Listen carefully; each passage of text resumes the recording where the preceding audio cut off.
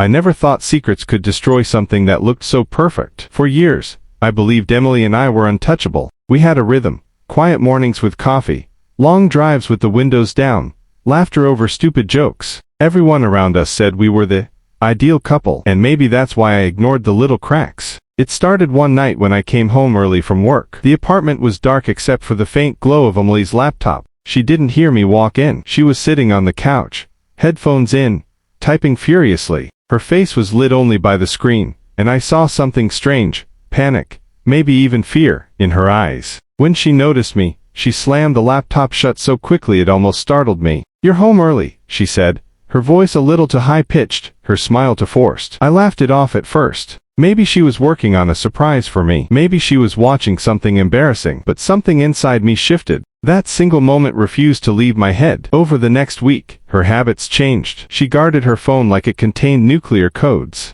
She stayed up late, claiming she couldn't sleep. And when I asked her what was wrong, she brushed me off with a quick, "Just stressed from work." I wanted to believe her. God, I tried. But then came the night I woke up at 3 a.m. and found her gone from bed. The living room light was on, and when I walked in, she was sitting on the floor, laptop open, tears running silently down her face. She jumped when she saw me, shut the computer again, and whispered, "Please don't ask." That was the moment I knew something was terribly wrong, but I couldn't decide.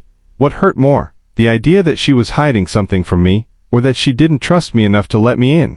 The next morning, Emily acted as if nothing had happened. She kissed me on the cheek, made pancakes, and talked about weekend plans. But I couldn't unsee the image burned into my mind. Her sitting on the floor at 3 a.m. crying in front of her laptop. I tried to play along, pretending everything was normal, but my chest felt tight, like I was carrying a weight I couldn't set down. Every time her phone buzzed, she'd snatch it up before I could glance at the screen. Every time I mentioned the night before, her smile would fade, and she'd change the subject. By Thursday, my patience was gone. I told myself I wasn't going to snoop, that relationships are built on trust, but trust works both ways, doesn't it? If she wasn't giving me hers, didn't I have a right to know why? That night, she left her phone on the kitchen counter. When she went to shower, my hands shook as I picked it up. I hated myself for it, but curiosity ate me alive. The screen was locked, of course. I almost put it down, until I saw a notification flash across the screen. It was a message from an unknown number. Just 4 words.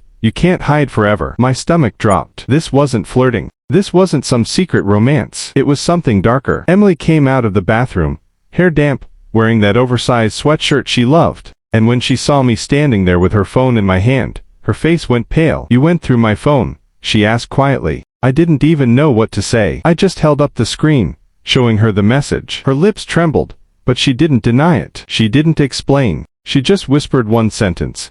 That sent chills crawling up my spine. "It's not what you think, but if you know the truth, we're both in danger." That night, I couldn't sleep. Emily lay beside me, breathing slowly, as if everything was perfectly normal. But my mind kept circling back to the message. "You can't hide forever." I reached for her phone while she slept. My hands trembled as I scrolled through her notifications.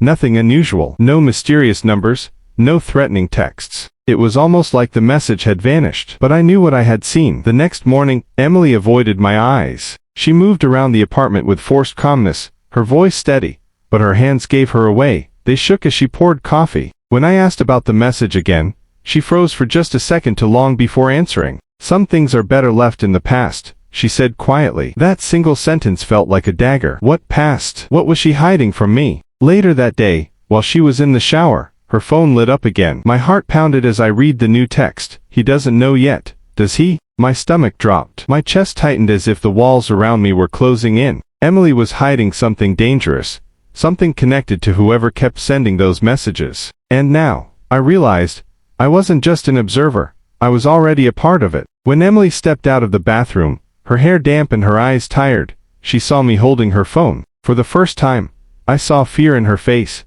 Not anger, not guilt, but pure fear. And in that moment, I knew. Whatever she was keeping from me, it wasn't just about betrayal. It was about survival. The next days felt like walking through a minefield. Emily's smile looked the same, but her eyes, those eyes I once trusted more than anything, were always searching the shadows. She jumped at small noises, double-checked the locks, and kept her phone within reach at all times. One night, while she showered, her phone buzzed again. I shouldn't have looked. I know that. But curiosity and fear are stronger than loyalty when danger is close. The message was short, almost like a threat whispered in the dark. You think he can protect you? He'll be next. My blood ran cold. For the first time, I wasn't just suspicious, I was scared. Not only for her, but for myself too. When Emily came out, hair dripping, towel wrapped tight, I confronted her. She froze, then whispered, "It's not what you think. But if you stay with me, you'll be pulled into something you'll never escape." Her words shook me more than the threat itself. She wasn't denying it anymore. She wasn't pretending. She was warning me. And then,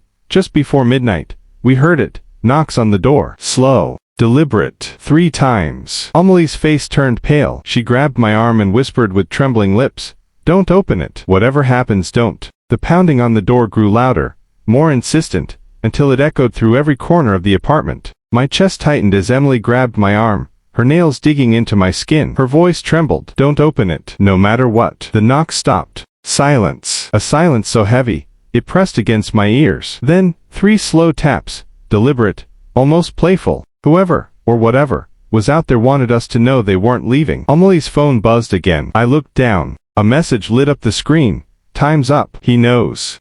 I whispered, my throat dry. Amelie's eyes filled with tears. "I thought I escaped him, but he found me. And now, he knows about you." Before I could respond, the door handle rattled. My heart raced. Emily pushed me back, her voice breaking. "You have to leave. He won't stop until I'm gone or you are." But the front door wasn't an option anymore. I could hear slow, heavy breathing on the other side. My only choice was the window. I grabbed Amelie's hand. "We leave together," I said. Her gaze locked on mine, a mix of fear and relief. But as we turned, the lights flickered out, plunging the room into darkness. And in that black void, a man's voice whispered right behind my ear, "Found you."